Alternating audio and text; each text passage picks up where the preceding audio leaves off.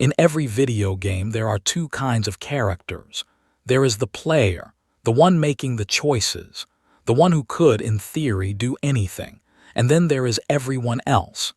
The NPCs, the non-player characters, the shopkeeper who says the exact same line every time you walk past, the guard who paces the same 10 steps forever, the villager who exists only to repeat what they were programmed to say, and who will never ever do anything else.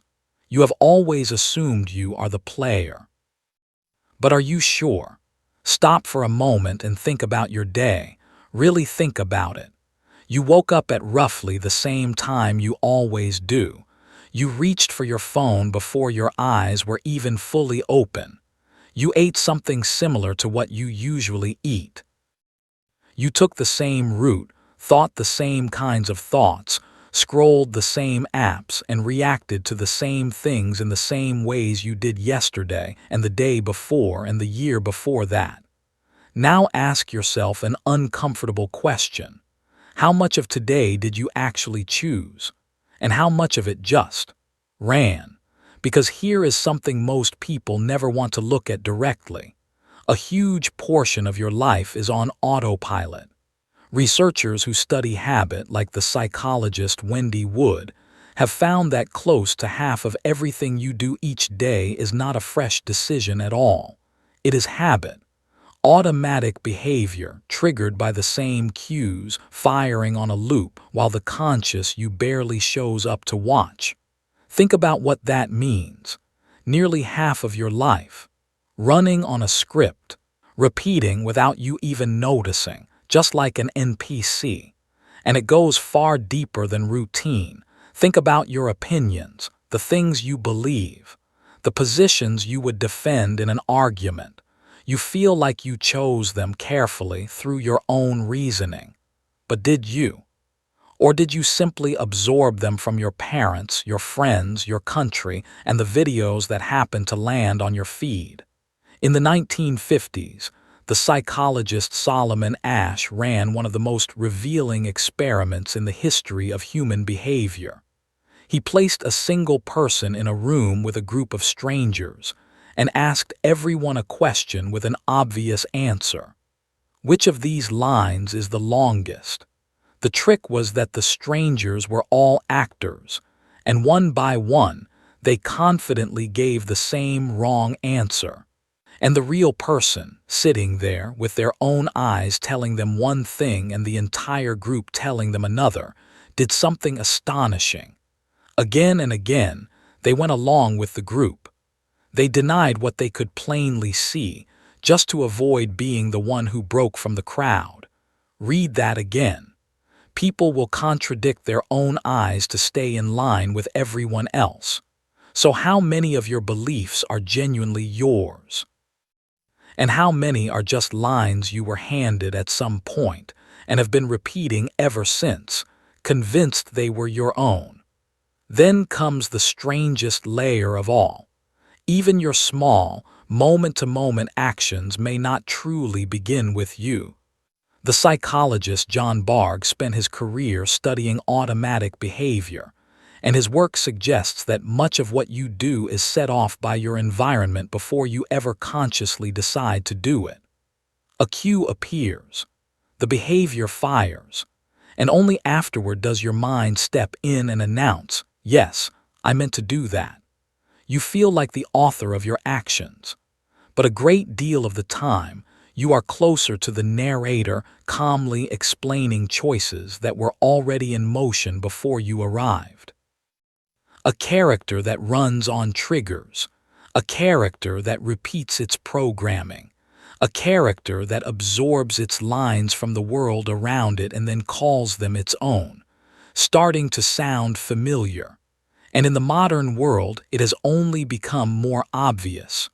Open the internet on any given day, millions of people typing the exact same comment, repeating the same trending phrase word for word, holding the same opinion the algorithm served them this week, with total conviction, as if they had reasoned their way to it alone in a quiet room.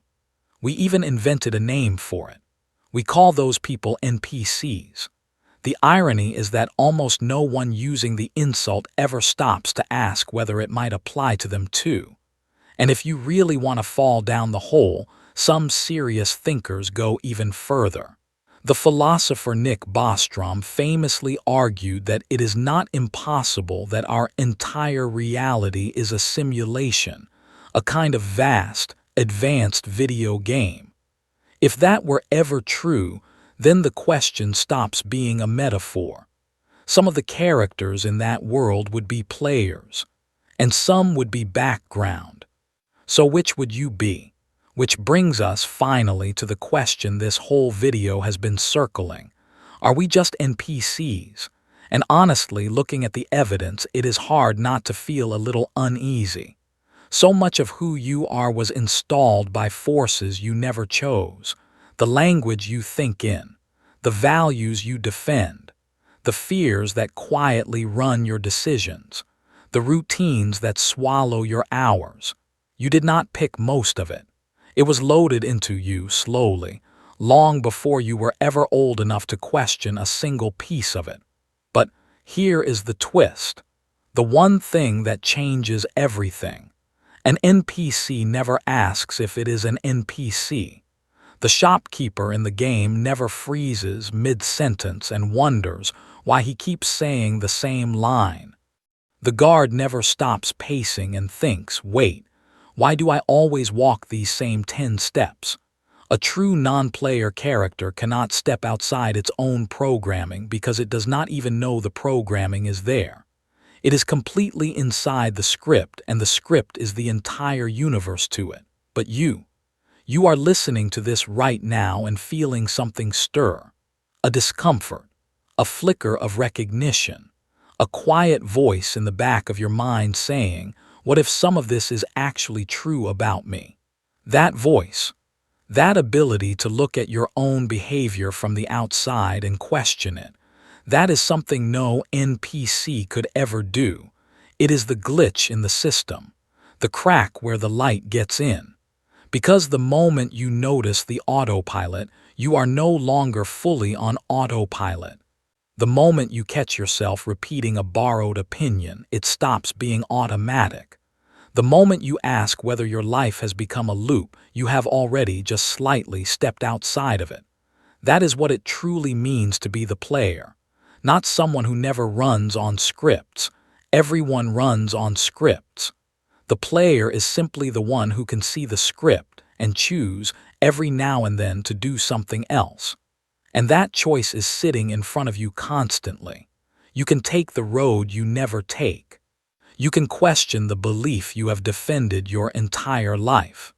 You can pause just before reacting the way you always react and pick something different on purpose.